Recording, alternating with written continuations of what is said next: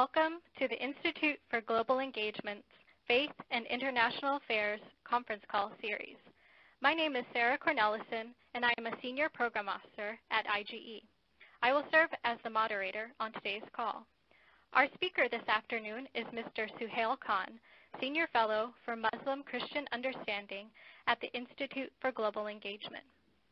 Mr. Khan previously served as Legal Counsel and Policy Director on Capitol Hill in the Bush administration White House, where he was responsible for outreach to Muslim and Asian American communities after 9/11.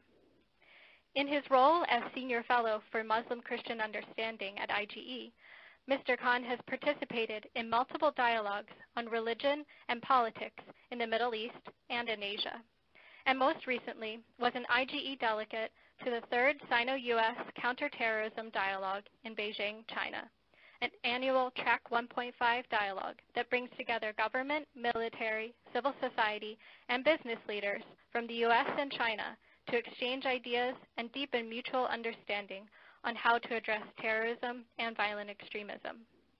At this year's dialogue, Mr. Khan spoke on how Muslim Americans are working to counter violent extremism and prevent terrorism, focusing specifically on how Muslim Americans can leverage and engage the media. Given much of the rhetoric surrounding this year's elections in the U.S. and the recent events in New York, New Jersey, Minnesota, and Washington state, it seems that this topic has, unfortunately, grown even more timely. So we are glad he is here with us today to share further thoughts on this topic. Before I turn the mic over to Mr. Khan, just a few quick words on today's call format. We'll begin with 20 minutes of remarks from Mr. Khan, and then we will open the floor for your questions. If you would like to ask Mr. Khan a question, please press 5* at any point during the call, and you will be placed in a queue. Please also note that this call is on the record, and an audio recording will be made available on the IGE website. So, with that introduction, let's turn now to our call. Thanks again, Suhail, for joining us today. The floor is yours. Thank you, Sarah. Thanks for the introduction, and thanks to all of you that have called in to discuss this very timely and important topic. I'm grateful for the opportunity to share some of my thoughts on this issue, and as Sarah articulated, it is something that is very important to our national security as a country and indeed the national security of many countries around the globe that unfortunately have been afflicted by the scourge of violent terrorism fueled by violent extremism. Unfortunately, many times by a misguided and misdirected interpretation of Islamic teaching, coupled with political grievances, whatever those might be. What I thought I would do is just give a very quick thumbnail on the American Muslim experience when it comes to the reality that our country is facing of violent extremism, and some of the efforts that American Muslims are undertaking to prevent this violence, both here and abroad, some lessons that have been learned, some takeaways, and also to discuss how some of these ideas might be further amplified here in the United States, and also how they might be implemented in other countries who, again, have been afflicted by the same violence. So beginning, of course, just very broadly, terrorism on American shores is not new. And if one examines our history throughout the decades, unfortunately, there have been different groups, both individuals and groups, who have engaged in violent acts against both civilian and government targets. Of course, there were the anarchists at the turn of the last century. Even in the 50s and 60s, there were Puerto Rican separatists. Where I worked on Capitol Hill, I worked with a member of Congress who was a page who was shot by Puerto Rican separatists who invaded the Capitol and began shooting members of Congress and their staff, and former Congressman Emerson was one of those who was, as a page, who was shot, and recalled vividly the instance of that incident. And of course, there were other instances throughout the 60s and 70s of other violent groups who engaged in acts against both civilian and government targets. Unfortunately, the most recent rash of attacks have been many attacks that have been perpetrated by individuals who are doing this either in conjunction with Al-Qaeda, with ISIS, or other international terrorist groups that have an association or some association with Islam and Muslim movements, both nationally and internationally. Of course, the first that came on the radar and was prominent was the first World Trade Center bombing, and then that was followed by, of course, 9/11, and in between there were attacks on the USS Cole and the attacks on the Khobar Towers facility in Saudi Arabia and other attacks. But these attacks, what they had in common were that they were perpetrated by individuals from overseas, primarily, of course, Osama bin Laden and the Al-Qaeda network. And so the American Muslim response at that time was one of course, of horror, of condemnation, but the action from the American Muslim community, of which estimates vary, but on the low side, the estimates put the population at around 3.5 million, but some put it as high as 6+ million in the United States, was one to respond, as I said, with condemnation, with disgust, shock, and horror. Of course, on 9/11 itself, many Muslims perished in the towers along with their fellow Americans, and there were many Muslim first responders who responded heroically as part of the NYPD and the New York Fire Departments to rescue fellow Americans. And so the attack was seen as a foreign one, and not one that in any way had any association with American Muslims.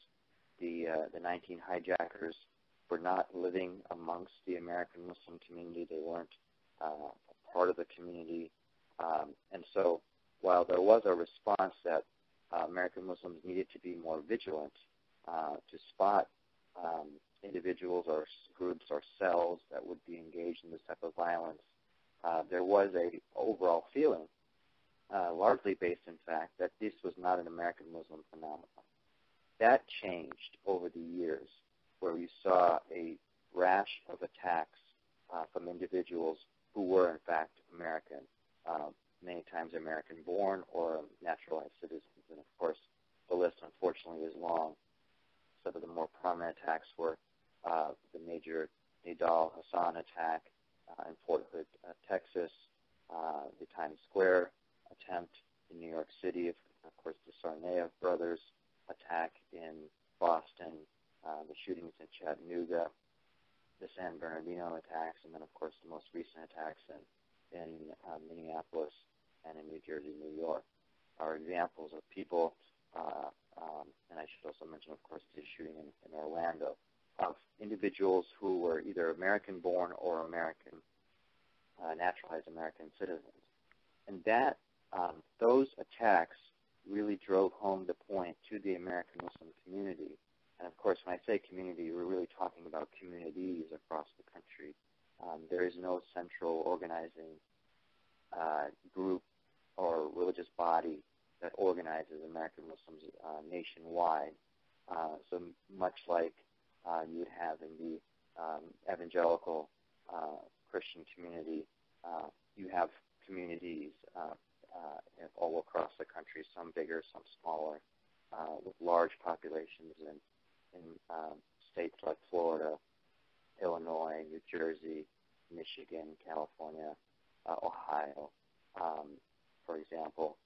So there you saw on a very individual and community level, you saw that American Muslim leaders, particularly imams and community leaders, teachers, parents, began to work to become more diligent in trying to spot individuals who were open or were moving in the direction of radicalization, that were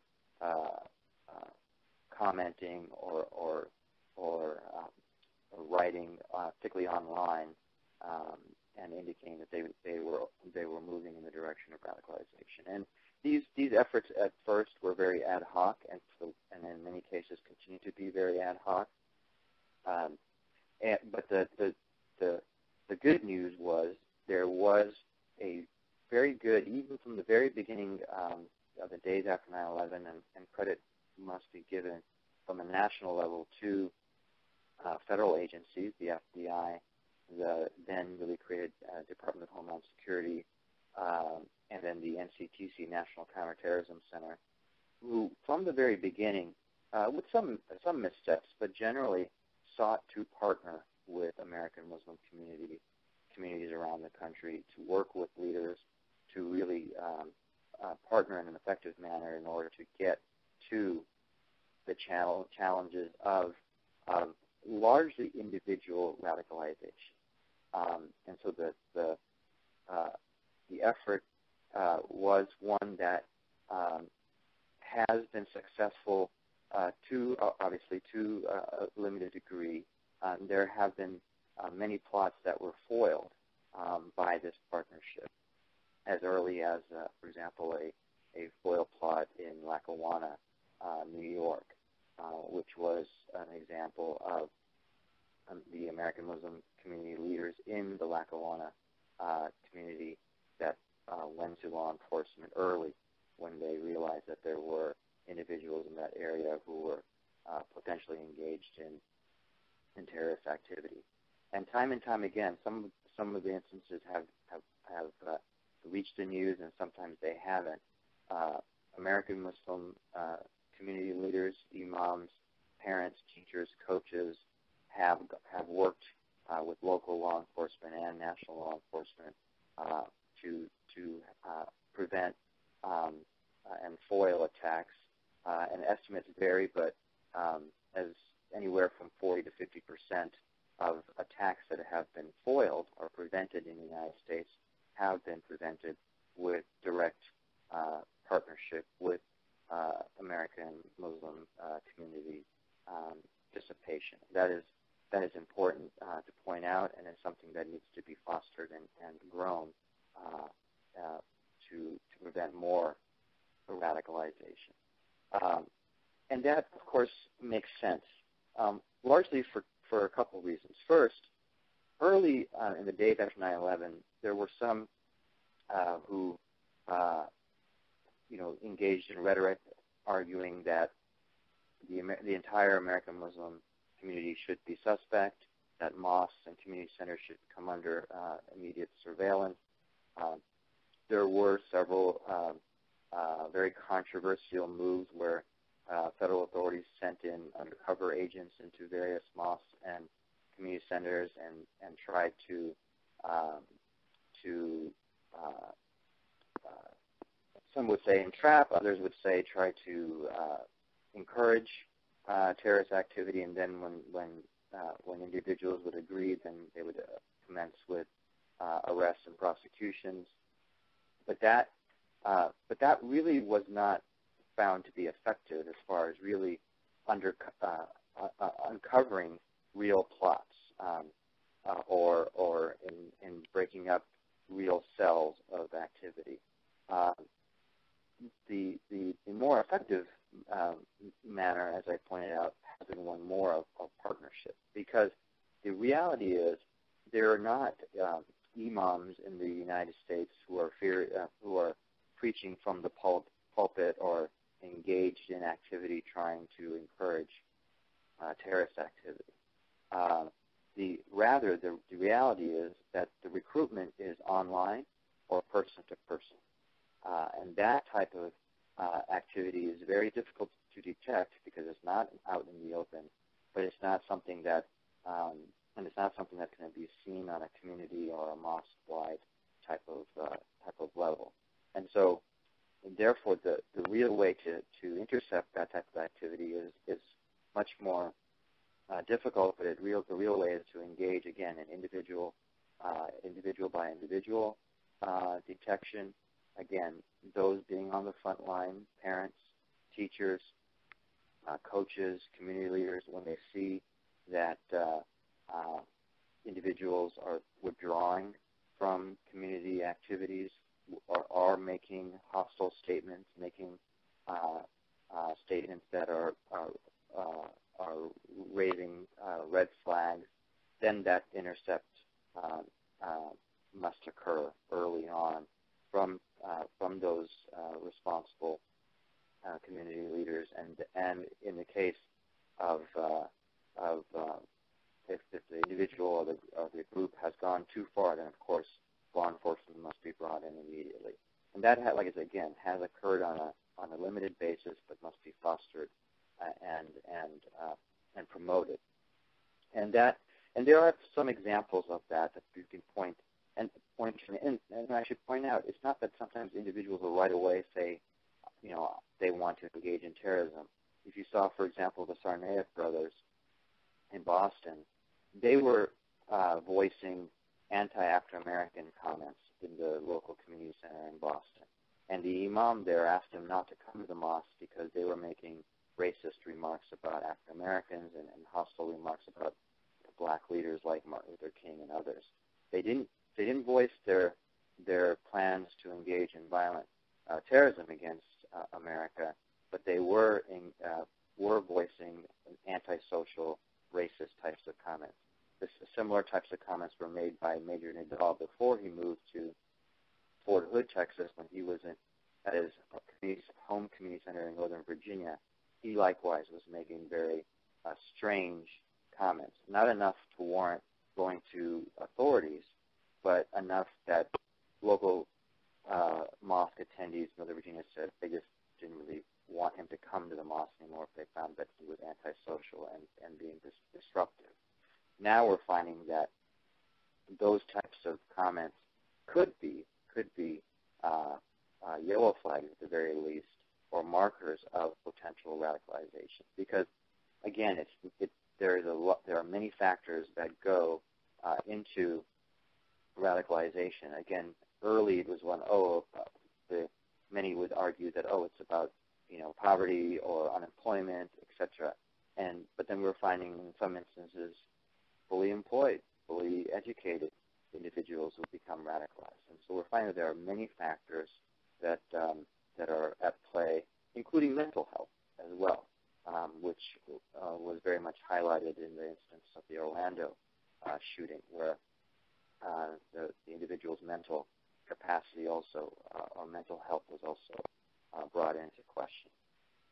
And so that has been the much more effective pattern where, again, community leaders are engaged on an individual-to-individual basis, immediately engaged, preventing if there are comments or posts being made. I should say that federal agencies like DHS, the NCTC, and the FBI have also began very effective partnerships with major tech giants like Twitter, like Facebook, Microsoft, Google, and others in order to more effectively monitor and prevent terrorism, particularly when they find that individuals are voicing these types of sentiments in social media. Of course, we have a long and proud tradition of the First Amendment, and so there are challenges when we, as a society, have to find that and strike that balance of free expression, but also one where we're careful as to monitoring what statements are being made particularly when they begin to cross over into the promotion of violence. And so that effort is underway on a very localized level. And one example that I would like to spend some time on is an effort that is by an organization called Muflihun, M-U-F-L-E-H-U-N, Muflihun, an Arabic word from the Quran, meaning the successful ones. And this is a program that has specifically been founded several years ago by Muslim community leaders in order to get to stop violent extremism with several tools. First, bringing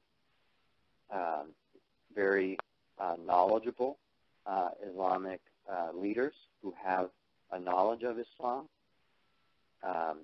because what we're finding time and time again is that those who are most susceptible, one of the factors that we're finding, those who are most susceptible to violent extremism are those who actually don't know their religion, don't know Islam, have very little understanding of Islam and their religion, and therefore are very susceptible to being told that their religion is one that should be one that promotes violence and that they are at war with non-Muslims in the West, etc. And so, again, when there are individuals or groups that are making these types of statements, to immediately have people with authority, particularly religious authority, to counter that message from an Islamic perspective, from a true and more authentic Islamic perspective. And then the other factor that Muflihun is able to provide, again, is that community element, to empower and to train community leaders, parents, teachers, coaches, and others on a community level to look for the signs of potential radicalization and to provide them the tools necessary, including more robust knowledge of Islam, of Islamic history, of Islamic principles when it comes to voicing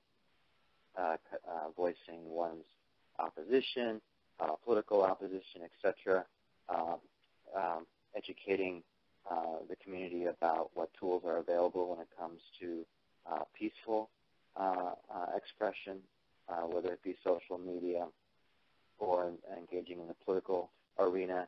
And then, of course, as I stated earlier, the technical tools, working with communities to bring those preventative voices to social media so that adequately skilled and armed community leaders can engage in the social media space where most of this recruitment occurs, whether it's individual face-to-face or in social media.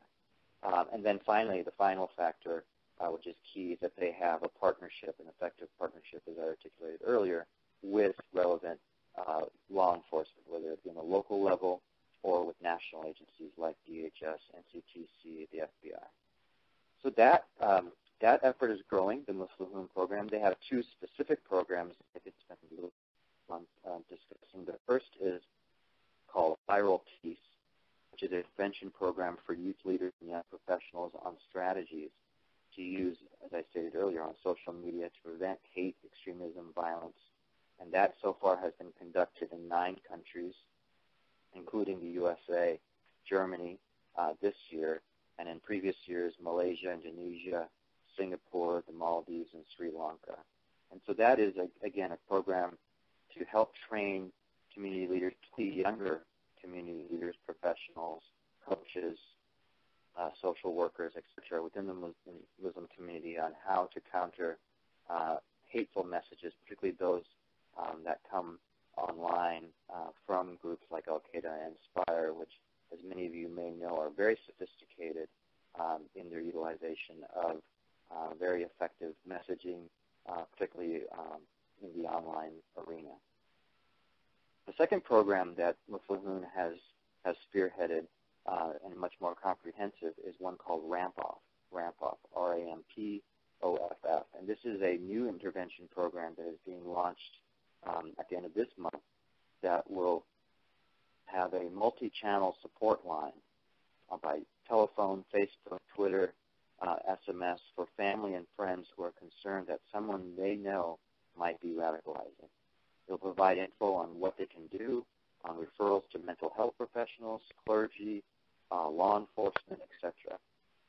It's confidential and is not an immediate channel to law enforcement. So parents don't have to feel that even if they have slight concerns or suspicions that they're not immediately launching into getting their friends or family right away into a federal investigation if it doesn't warrant that at that point of their concern. And so that program is just being started. Again, it has been something that has been effective on a much more ad hoc on a local level, but the ramp-up program by Muflihun will be a much more robust national effort starting this month. And what will be key as part of this is two things in addition to what I've already mentioned. The first is that there needs to be much more robust media surrounding this effort. And one of the challenges that the American Muslim community has had for years has been the inability to really effectively work with the media to highlight the partnership that the American Muslim community has in a positive manner with society at large, including law enforcement, in trying to prevent radicalization. So there's a stronger effort to engage with the media and to get the word out that there are American Muslim voices there that are working not only in spirit or in voice, but in action to prevent radicalization. And so that is key. And then, of course, the other is funding. The other issue is funding, and increasingly American Muslim philanthropists and donors are increasingly, as I stated earlier, at first when it was seen that the problem wasn't quote-unquote an American problem, now are seeing that, yes, this is a challenge within the American Muslim community, that it will take the American Muslim community to step up and to continue to step up to prevent the radicalization, and that will mean financial resources as well. And so many American Muslim philanthropists are providing the funds necessary, but there will always be a need for more, and so that effort is underway.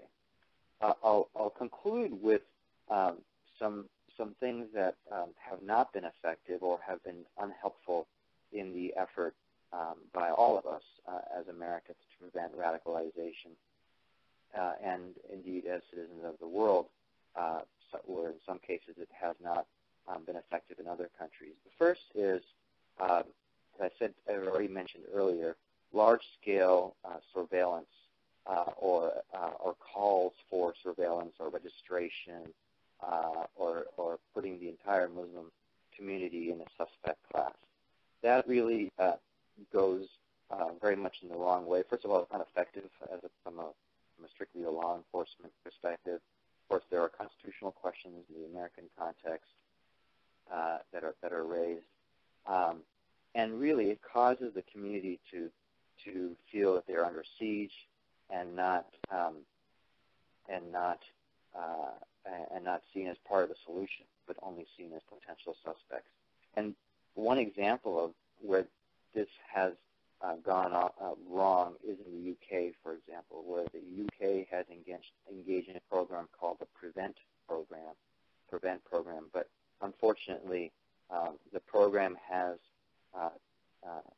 caused many of the UK's Muslim community to feel like they are, as they say, from cradle to grave under surveillance by federal authorities in the UK, and that real effective partnership that I mentioned earlier hasn't been really fostered because of the feeling that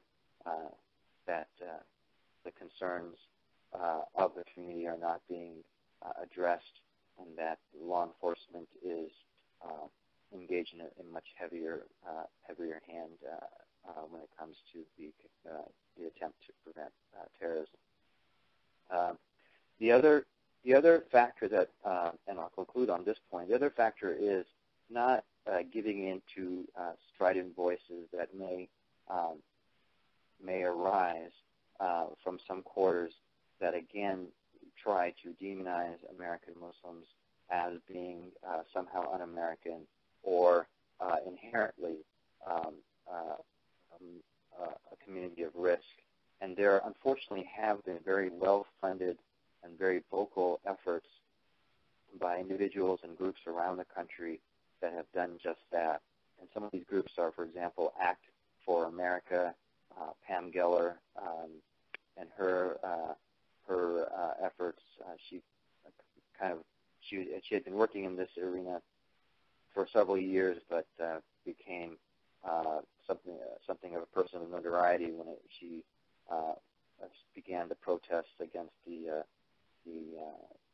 Muslim Community Center in Lower Manhattan, and then when she started the Draw Muhammad cartoon contests, etc. Frank Gaffney, who has been very much engaged in these types of efforts and trying to state that every Muslim is a potential suspect and that they have to renounce their faith in order to and take a special loyalty oath in order to prove their loyalty to the country, etc. These types of voices, while rejected largely by the larger American society and by many, or most, I should say, in law enforcement, unfortunately have had success, again, in social media on a very local level. For example, the ACT organization is very effective on a grassroots level, and including in speaking at many churches across our country and really fomenting a lot of anti-Muslim sentiment. And that really, again, goes very much against the spirit of our country, that we, in the end, are all Americans, not because of any particular race or religion, but because of our loyalty to the Constitution and to the American experiment, and that we, as Americans, need to take on the challenge of terrorism together as people of all ethnicities, races, and religions. And again, that American Muslims can and should be at the forefront of countering radicalization and preventing violence within the American Muslim community, and working with our American partners, including law enforcement, to prevent future attacks. So I'll close there. I really look forward to your questions, but I'm so grateful for this time, and I'll take questions at this point. Thank you, Suhail, for this helpful analysis, particularly for your description of the exciting new efforts that organizations like Mufahun are taking on. As the audience might remember from my introduction, Mr. Khan shared some of these same concepts and initiatives of American Muslims at a dialogue on counterterrorism in Beijing, China this past summer. So I thought before we open up for questions, I might ask him to briefly share some reflections on this experience in China. And specifically, Suhail, after participating in the dialogue in China, what is your assessment of China's efforts and thinking on counterterrorism and countering violent extremism? Well, thanks, Sarah. Of course, there are several challenges within the context of the Chinese society, given that China, like Vietnam, is a communist country, a country based on communist doctrine that is very negative and hostile towards religious practice, regardless of the tradition. And therefore, there are several challenges within the Chinese society in trying to, again, a balance between promotion of full religious liberty within Chinese society, but also in addressing Chinese desire for national security. My contribution, I'll mention a couple areas where I attempted to share, again, from my perspective, particularly from an American Muslim perspective, and that was from a humble perspective, but still one that is very proud as an American, to share some of the successes of the American Muslim community in integrating in the United States, that while there are challenges that the American Muslim community has integrated, and I always use the word integration versus the word assimilation. Integration, allows for individual communities and individuals to maintain their particular religious and ethnic backgrounds and their traditions, but also to be part of the larger American fabric and society. And so that I would share that experience, including in participating in the national security of the country, not only articulating the efforts I just described in getting at radical violent extremism, but also that fact that American Muslims have participated in the U.S. in armed services in every war since the Revolutionary War, that today there are over 6,000 American Muslims who proudly wear our uniform, that there are thousands of first responders around the country who are of the Muslim faith, over 1,000 in the NYPD alone. And so those examples I try to share that, again, religion can be and should be full and free in society, and that religious minorities, including Muslims, can be productive members of society, integrated in society, and can contribute to the national security of the nation, whether it be the United States or China. Thank you. Thanks for sharing that reflection. So you've given us much to consider, and I'm sure our callers are eager to engage with you further on these issues. So we will now open the lines for questions from the audience. As a reminder to our audience members, if you'd like to ask a question, please press 5*.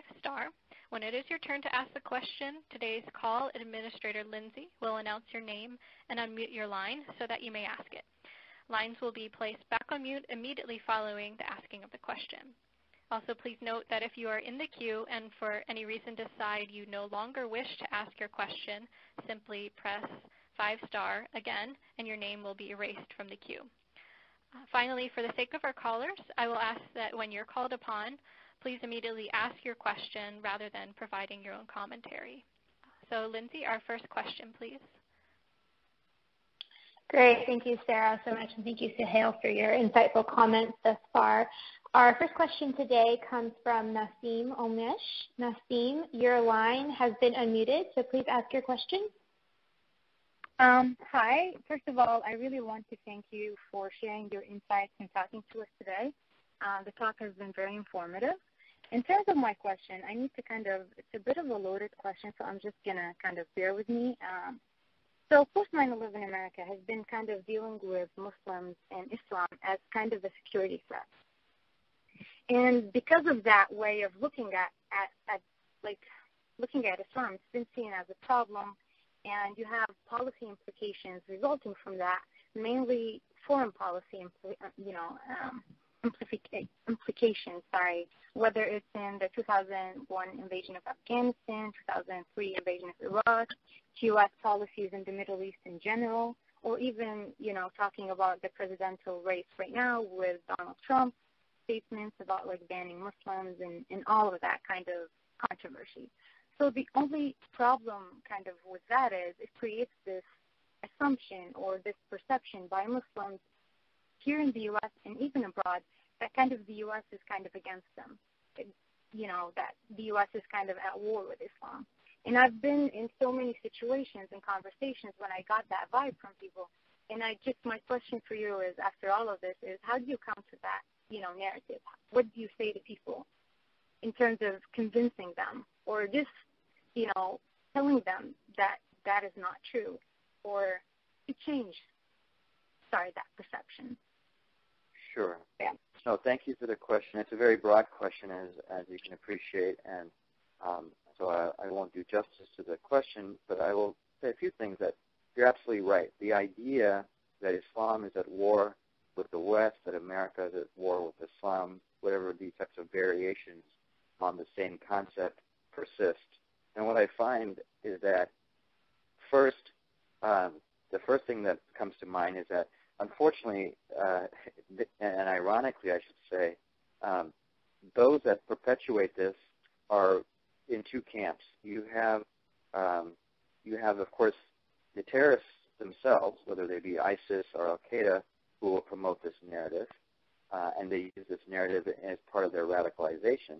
And so whether you have a Muslim living in Minneapolis or a Muslim living in Belgium or a Muslim living in France, they'll say, the West is at war with you, you need to make war against them.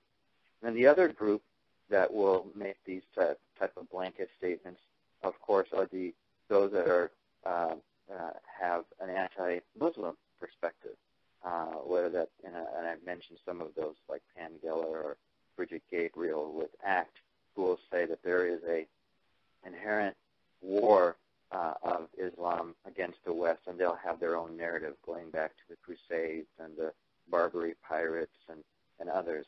The way that I often counter that, besides just pointing out the irony that those on the extremes are the only people who believe in that very false narrative, is the facts. First, the historical fact that American Muslims have lived peaceably in the West, including in the United States, since the very founding of our country.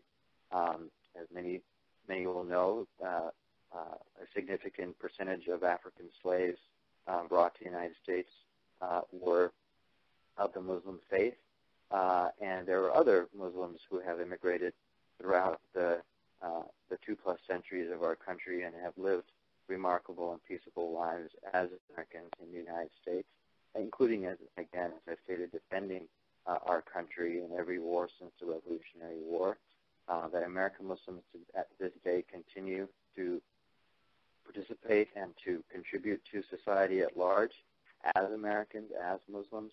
That many Muslims have come to the United States because of the freedoms that our country affords, embracing those values and those freedoms. And so the everyday lives of American Muslims and others living in the West really put a lie to that type of narrative. And it's important to push back on that narrative because that is one that, on the one hand, is used to try to attempt to radicalize susceptible Muslims towards violence, and on the other hand is used by those that hate Islam and Muslims in order to promote religious bigotry. I think, and the last thing I'll say is that Islam is not unique in this. Again, if we look throughout history, there have been unfortunate and shameful moments when other religious groups or ethnic groups have been subject to the same narratives. One example being, of course, anti-Catholic bigotry that for years was fostered by many who believed that Catholics could not be loyal to our country, that they were inherently disloyal, that they, by their very faith, could only be loyal to Rome. And you saw, of course, that then candidate Senator Kennedy, when he was running for the presidency in 1960, addressed this issue head-on. But suspicions, and of course he won the presidency, but suspicions continued. And even to this day, many states in the United States have Blaine amendments, which are amendments passed by legislatures around the country that prevent funding for religious schools, but those were originally put in place in order to prevent any support for Catholic schools. It was an anti-Catholic. And those laws are still on the books. And so I point those out only to show that this is not new. These types of narratives are not new. But one of the great things about our country is not that we are free from such bigotry or prejudices, but that eventually we're able to overcome those because of good people who make up the majority of our country. Thank you, Suhail. I just want to go ahead and encourage all of our callers to take advantage of the expertise of Suhail, so go ahead and push 5* if you have a question you would like to ask. And we'll go ahead and turn it over to Jean Wu. Jean, your line has been unmuted, so go ahead and ask your question, please. Hi, Suhail. Thank you for your insightful sharing. So I have a question. So some people criticize that during this last presidential debate, not once did the issue of refugee crisis came up, but it's such a pressing challenge. So I'm just wondering, do you have any suggestions for the Muslim American communities on what they can do to help the refugees? Thank you. Oh, thank you, Jean. That's a very timely question. The refugee crisis, of course, is very harrowing and a very sad crisis. It's the worst refugee crisis since World War II, with millions being displaced, not only from Iraq, but from other parts of Africa and the Middle East.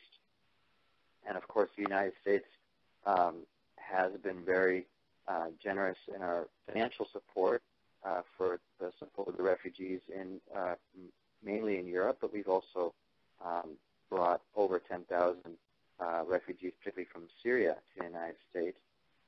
Muslim communities around the country, American Muslim communities, have worked to help resettle, or to settle, I should say, those refugees here in the United States, various communities.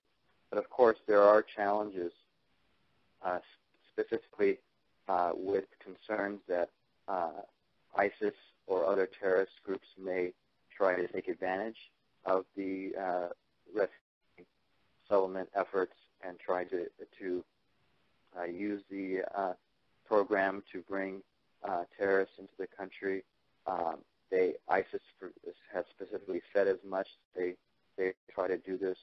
And so, again, it is a challenge for law enforcement and the American public at large, including American Muslims, to be vigilant and to work as those refugees are settled to prevent either those that are engaged in terrorism, or what's much more likely is the attempts to radicalize individuals who come here as refugees over the years, particularly young people.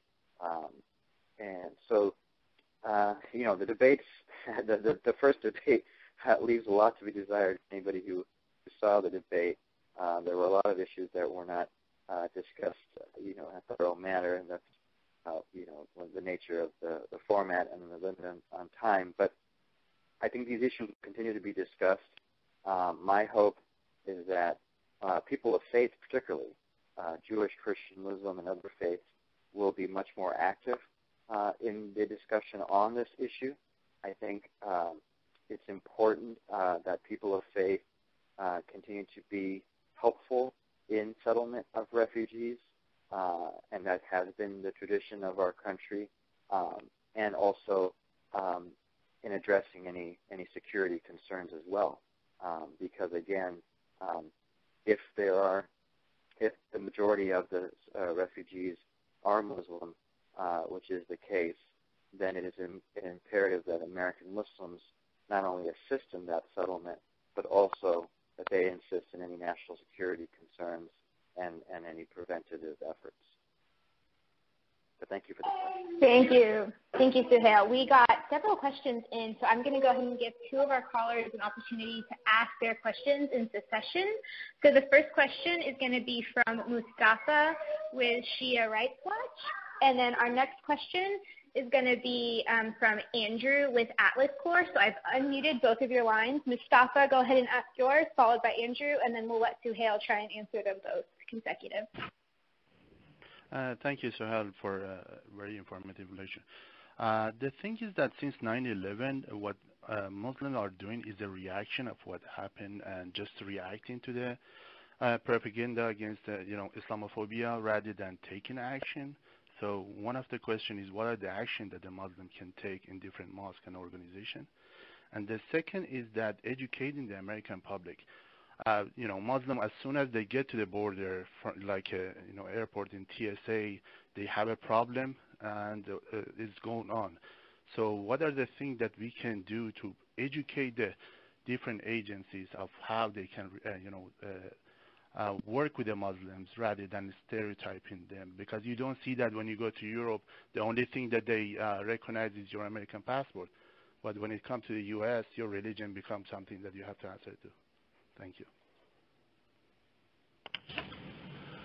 Hi, it's Andrew Tangus from Atlas Corps. We run an international exchange program for young civil society leaders, bringing them from overseas to the US to train for 12 months. And over half of our participants are from Muslim-majority countries. I'm just interested in your thoughts on the value of people-to-people links from overseas, from Muslim-majority countries coming to the US and meeting with US citizens in terms of countering violent extremism, so leading to better understanding of Islam and people from Muslim-majority countries and kind of better global coordination against violent extremism. Well, thanks both Mustafa and Andrew for the questions. I'll try to be brief but also answer the questions. On the first two parts of your question, Mustafa, about what can American Muslims do to really challenge anti-Muslim bigotry, that has been a challenge. I think those efforts, of course, are there, and you're seeing more and more, particularly on a community level, different communities who have open houses that they're working, particularly on an interfaith level, with local churches and synagogues. I know, for example, in my neighboring community in Northern Virginia, the mosques there work very closely with churches and synagogues, not only in challenging extremism, or in challenging anti-Muslim bigotry, but also in more everyday efforts. For example, the Friday prayers in Northern Virginia for one community are held at a synagogue, and that goes a long way to dispel stereotypes of religious animosity between two groups. I know in Texas, for example, Pastor Bob Roberts and Imam Zia in the Dallas area they go hunting together. They have this very Texas type of thing. They have there's a women's Christian-Muslim cooking class that Jewish, Muslim, and Christian young people go and build houses for Habitat for Humanity, houses for the poor together as faith groups. These are some of the efforts that are underway on a very local level, and then on a national level, you're seeing organizations like ISNA and others that are working on programs like Shoulder to Shoulder, which is an interfaith effort of Jewish, Christian, Muslim, and other faith traditions to work together to counter religious bigotry. And this is just a start. I think what remains to be done and needs to be done is there needs to be much more effective voices that can go directly to those who are most prone or have the suspicions, fear, or in some cases even hatred for Islam and Muslims, and messages that can be much more effective in addressing those types of concerns. One positive example was, of course, the Khans. When they spoke at the Democratic Convention, and I say this as a proud Republican, when they talked about the sacrifice of their son, the majority of Americans, whether they were Republican or Democrat, South or North, East or West, recognized the service of the Khans to their country, and that message from the Khans went a long way for many in our society to see that, yes, American Muslims are not only part of our society, but have also paid the ultimate price. But the effort, it needs to continue, and I'm always trying to help within the Muslim community on finding better ways to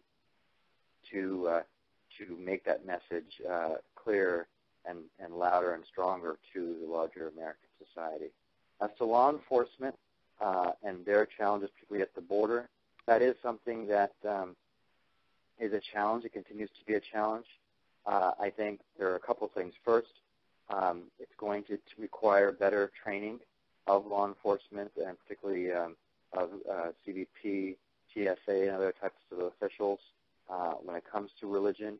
I think, again, American Muslim institutions need to be much more effective in their partnership with those government agencies in training and trying to find a much more effective way that they can conduct their efforts every day as thousands of people come in and out of the United States. But that is something that is definitely a challenge. I can tell you that I know from working with the various liaisons at those agencies that they are open, but there is still a long way to go in meeting those demands. And so the effort continues. Andrew, to your question about the bringing in friends from around the world to meet with Americans, I think that is tremendous. What I find is that more than hearing or reading about examples, it's always better if they can meet people and talk to people person to person. Just for example, on the issue of women, there are many, particularly those who have concerned about Islam and Muslims, who have a lot of stereotypes because they think that Islam is strictly what they see and read about, for example, in the Taliban, or in some extreme examples where women are treated very poorly and girls are not allowed to go to school, etc. But if they're able to meet American or Muslim women from around the globe and in so many countries, there are, I believe, 58 majority Muslim countries, you'll find, for example, that there are active Muslim women in all professions, that there are Muslim countries that have not once but twice elected women as their heads of state, Bangladesh twice, of course, Pakistan, Turkey, and others, and that, yes, there are challenges in some countries on a host of issues, including the treatment of women, but there are other countries where women are thriving, and that just goes to the diversity of the Muslim world, and I use that a word with quotations, but these types of examples can only be learned in person-to-person engagement, and that type of education that occurs by meeting and talking to people and learning from their experience. Great, thank you. All right, we want to be sensitive to everyone's time, but there are still several questions, so I'm just going in the order they were received. So Libby Tatum, I'm going to go ahead and let you ask your question. Suhail, Libby is calling from the Collegiate Church Corporation. That'll go ahead and be your last question, but other folks who have raised your hand, so Ray and Greg, feel free to email me directly, and I can connect you with Suhail to get your questions answered. Thanks. Libby, go ahead and ask your question. Hi there. Thanks so much. I think this has been incredibly insightful to know what efforts are going on within the Muslim American community. But I'm actually curious, what can those of us who are not part of that community do to be an ally? I think a big takeaway is to not give in to those strident voices that are trying to demonize the community, the Muslim American community as being un-American. I think that's really hopeful. But what else is there? What else can we do? Well, thank you, Libby, for the question, and I'll be brief just in the interest of time. But that first part is so important and just can't be dismissed. Just the feeling that American Muslims, that they can get, that they know that their fellow Americans, particularly from other faith communities, are with them and support them and want to work together with them is tremendous. Again, it goes right and it punches a hole in that narrative that we discussed earlier, that somehow Islam is at war with America or the West. When they see that their fellow Americans are standing with them and want to partner with them. So that is crucial and important. So that can't be in any way minimized. The second part about what can be done to help further that partnership in getting at the quote-unquote bad guys, I think it's important that with those that might have other experience, again, the real model that we're finding of extremism in this country is similar to, for example, the grooming that occurs by pedophiles online. And a very similar type of grooming occurs by those who are trying to identify potential recruits for violent extremism. And so those in our society that have experience, who know and have worked with law enforcement, have worked in the mental health arena, in the legal arena, and the other types of tools that are necessary to help to get to this problem of violent radical extremism, I think those that have those types of expertise, experience, etc., if they can partner with friends from the American Muslim community, then again, it'll go a long way that as Americans together we can get to this problem. Thank you, Suhail. Well, our time has come to a close, so I just want to say thank you for sharing your insights and experience, Suhail, on this very important topic. Thank you also to our callers for joining us today and for your questions.